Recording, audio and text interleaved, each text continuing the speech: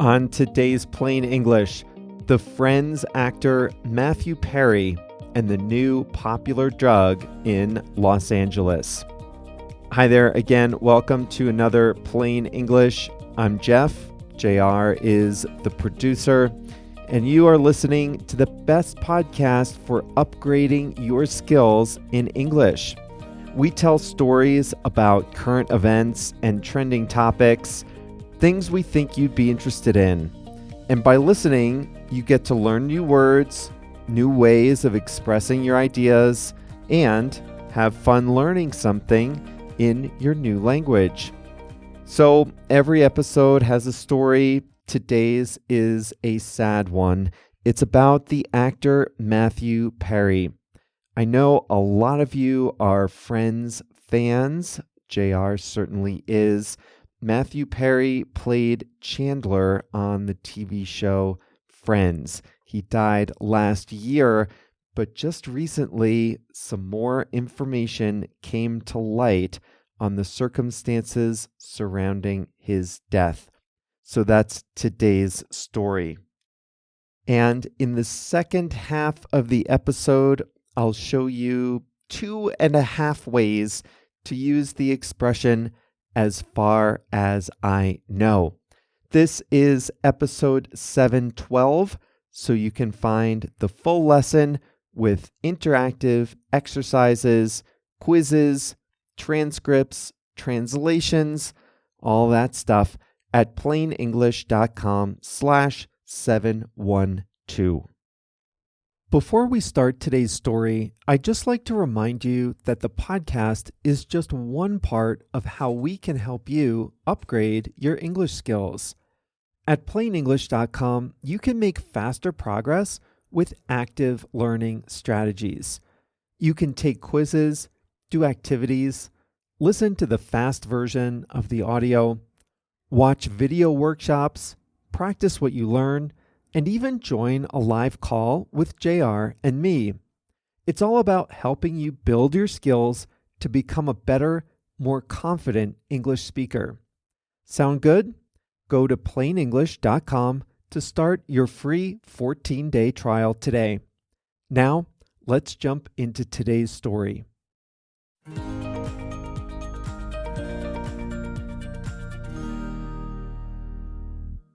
Friends was one of the most popular television shows of all time. It featured 6 friends in their 20s and 30s who all lived in New York City. Over 236 episodes, the characters navigate love, careers, and, later, family life. Friends aired from 1994 to 2004. The show's finale was America's most watched scripted show in the whole decade, drawing over 52 million viewers.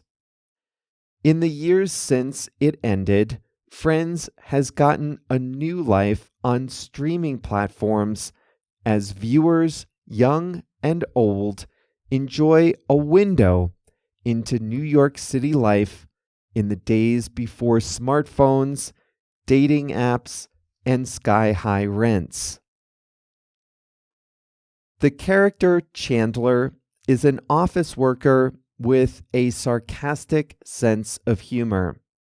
His character is known for one-liners and is a fan favorite.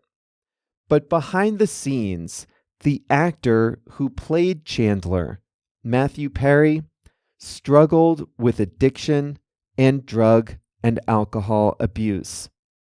He wrote a raw, honest memoir in 2022 in which he confessed that he was often under the influence of drugs and alcohol, even while he was on set.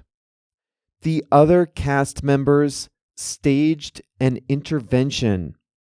They had to pause production of the show while he went to rehab, but he never got over his addiction during his acting career.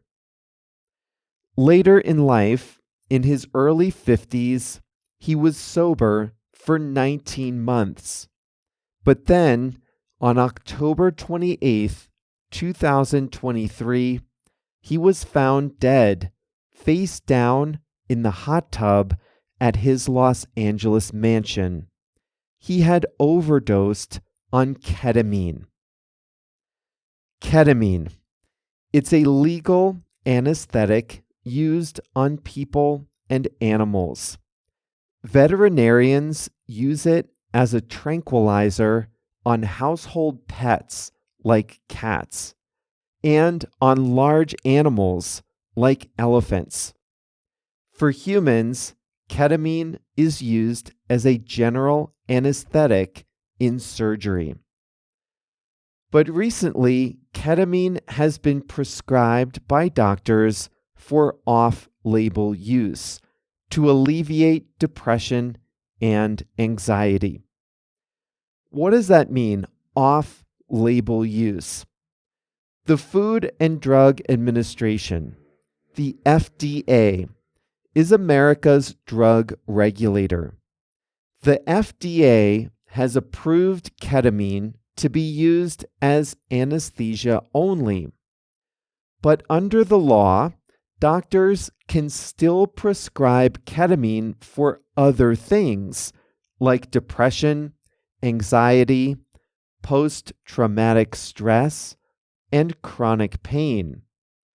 The producers of ketamine just can't advertise it for those things.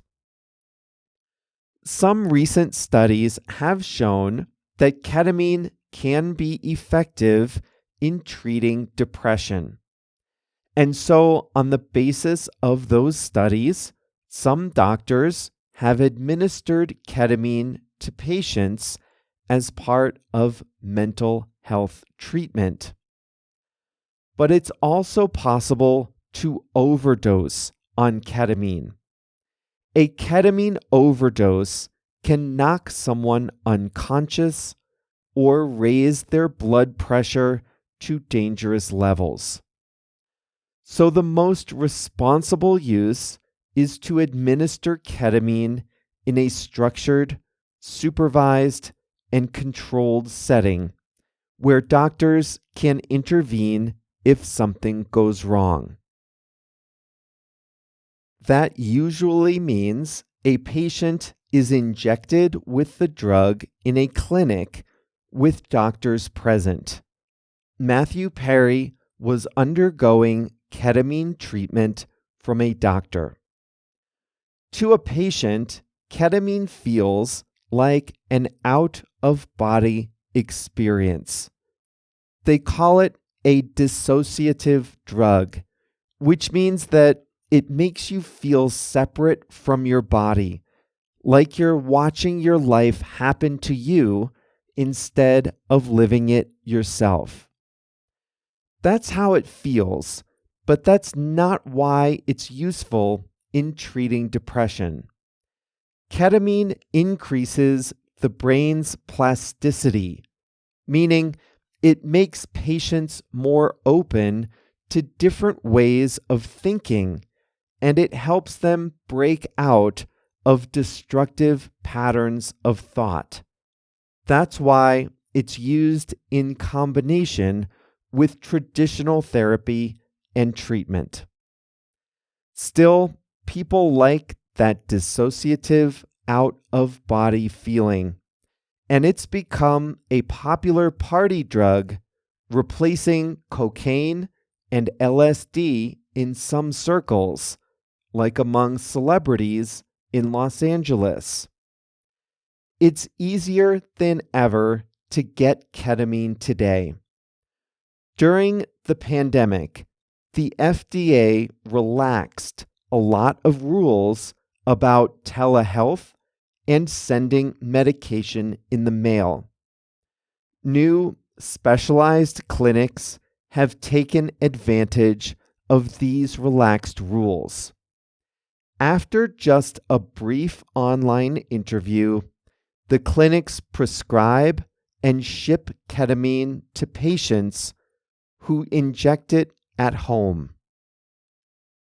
In 2021, the founder of a legal ketamine treatment center said that almost anyone in America can and should qualify for ketamine treatments.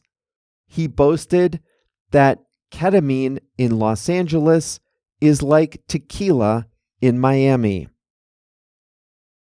So it's not difficult to get your hands on legal prescribed ketamine, but the clinics limit the amount they send in the mail, and some require supervision and counseling. If you're intent on using ketamine recreationally, you might be able to get some from legal clinics, but not a lot. So that's why there's the illegal market, which supplies ketamine as a recreational drug. But among recreational drugs, ketamine has some cachet.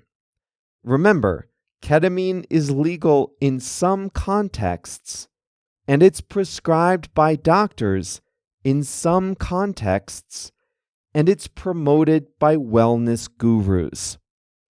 That all means it doesn't have the stigma of cocaine or other completely illegal drugs. And high-end dealers market their ketamine to wealthy clients as safer than those other drugs, as something exclusive and even wellness-focused.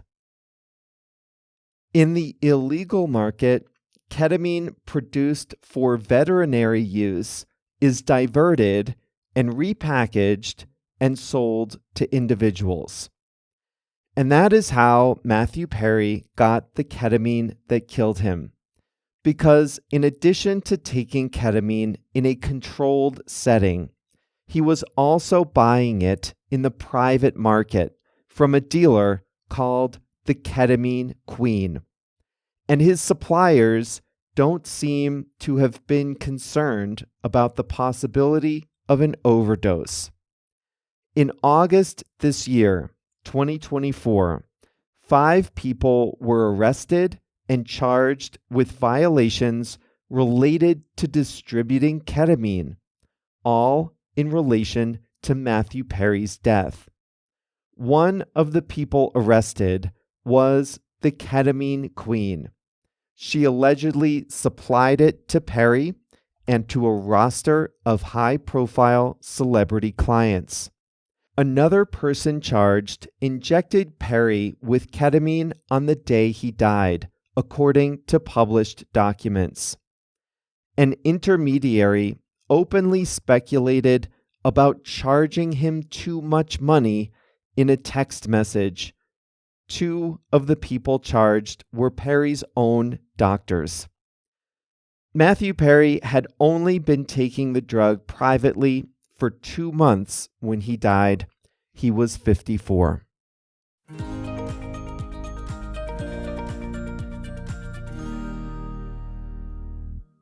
What a sad story. Matthew Perry's memoir is very good. It's called Friends, Lovers, and the Big Terrible Thing. He narrates the audiobook himself, if you're into that. If you're a Friends fan, a Matthew Perry fan, you might want to check out that book. But I'm just warning you, it's raw. There's some heavy stuff in there. Really tough withdrawal interventions, a coma, a lot of stuff. But it's his words, and if you liked him in Friends, check it out. The book is translated into several languages.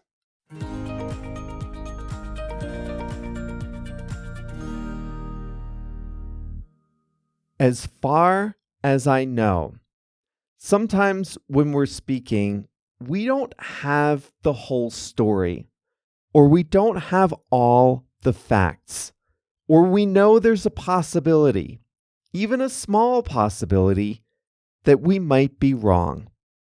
And as far as I know, is an excellent way of giving information but also acknowledging the possibility that we might not necessarily have all the right information, or we might not have the most up-to-date information. Let's start with an example where you say something is true, but you allow for the possibility that you might be wrong. Imagine you have a calendar invitation for a meeting at 3:00 p.m. in a conference room. 10 people are supposed to be there. You and one other colleague get to the conference room at 3:00 on the dot, and there's nobody else there. You might say to your colleague, "The meeting is for 3, right?" And your colleague might say back, "As far as I know, it's scheduled for 3, but I might be wrong."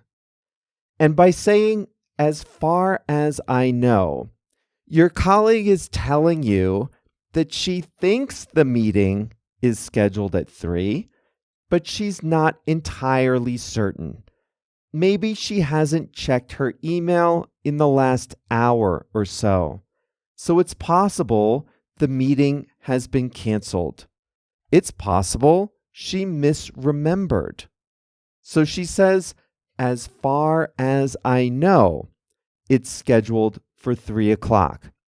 When you use "as far as I know" in this way, you're almost inviting the other person to double check if they need absolute certainty. So here's what you might say back. You might say, "Okay, I'll check," or "let me text the meeting organizer to be sure." So that was the situation where your colleague thought she had the right information, but wasn't 100% sure. You can also say "as far as I know" if you want to clearly say that you are not the best person to ask.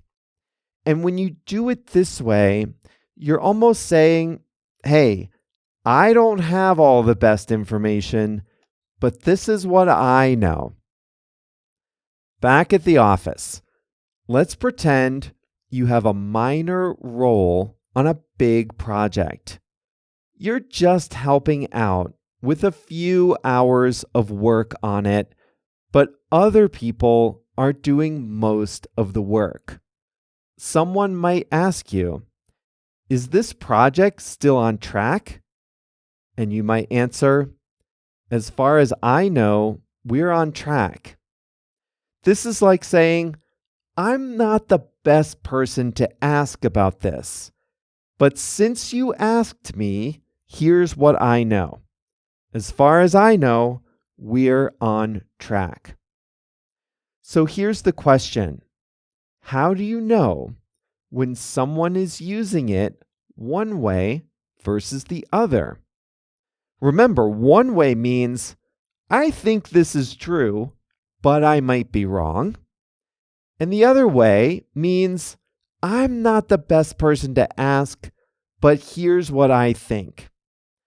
Now, those aren't opposites, but they are two different things.